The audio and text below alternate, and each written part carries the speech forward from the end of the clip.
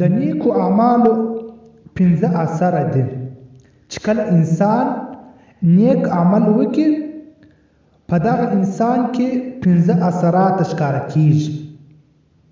حضرت ابن عباس رضی الله عنهما فرمایي چې د نیکو عمل د وجه څخه د انسان په مخ کې رونق راځي او په زړه کې نور پیدا کیږي او په رزق کې پراخي راځي او په بدن کې طاقت او قوت راځي.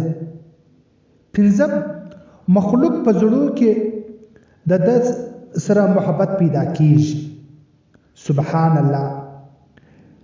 د نیکو اعمالو څومره غټ اثر دی چې صرف انسان نیک عمل وکړي حق تعالی تبارک و تعالی د دغه نیکو اعمال د وجه څخه 5 اثرات په دغه انسان کې پیدا کوي.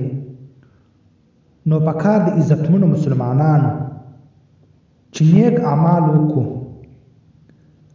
او هر نیک عمل هغه باید موږ او تاسې کمزوري نه وبولو او په هغه باندې باید موږ او تاسې نه وشرمېږو چې دا کار زه کوم دا خو زما دپاره مناسبه نه دی، زه خو دومره غټ سړی یم او زه دغه پیر کوم. دا هم نیک عمل دی چې انسان پر لارې روان په لار کې یو ډبره پرته وه، د ډبره د مخه څه لرې که دا نیت وکړه چې د دې د وجه څخه دنې بل مسلمان ته تکلیف ورسېږي، دا هم ډېر غټ عمل دی. نو په کار د عزتمنو مسلمانانو نیک اعمال وکړو.